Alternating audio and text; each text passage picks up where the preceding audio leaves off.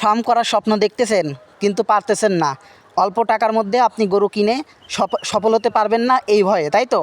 এই যে দেখেন আমার হচ্ছে 4টা গরু এখানে, এই যে একটা, ওই যে একটা, ওই যে একটা, ওই যে একটা, এই যে 4টা গরু। এই 4টা গরুই দেখেন কিন্তু হাড্ডি সার। তবে ওইটা একটু হচ্ছে মনে করেন যে সবল আছে, তারপরে ওইটার অবস্থা, ওই কালোটার অবস্থা খারাপ, ওইটার অবস্থাও দেখেন। তো আপনারা চাইলে কিন্তু হাট থেকে মনে করেন যে দুধ মানে ছেড়ে দেশে এরকম, আবার দুধ ছাড়ে নাই এরকম বাছুরও আপনারা হচ্ছে ক্রয় করতে পারেন, অল্প টাকার মধ্যে আপনারা ক্রয় করতে পারেন। যেমন মনে করেন যে একটা প্রাপ্তবয়স্ক যদি আপনি ষাঁড় বাছুর কিনতে যান, তাইলে পর আপনার খরচ পড়বে 80 থেকে 90 হাজার টাকা, একটা গরুর মধ্যেই সীমাবদ্ধ।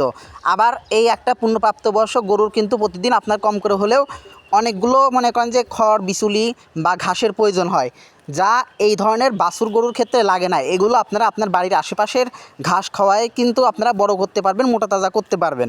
তো যেমনটা দেখেন আমি কিন্তু করতেছি, এখন ওদেরকে এনে এনে ছেড়ে রেখে দিয়েছি, ছেড়ে রেখে দিয়ে মনে করেন যে ওদের খাওয়াচ্ছি, ওদের পেট এখান থেকে ভরে যাবে।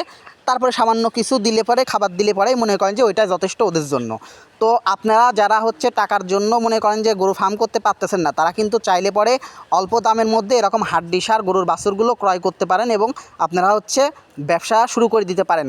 বিশেষ করে যারা হচ্ছে মনে করেন যে বেকার বসে আছেন, তাদের জন্য এটা হচ্ছে সবথেকে উত্তম হবে।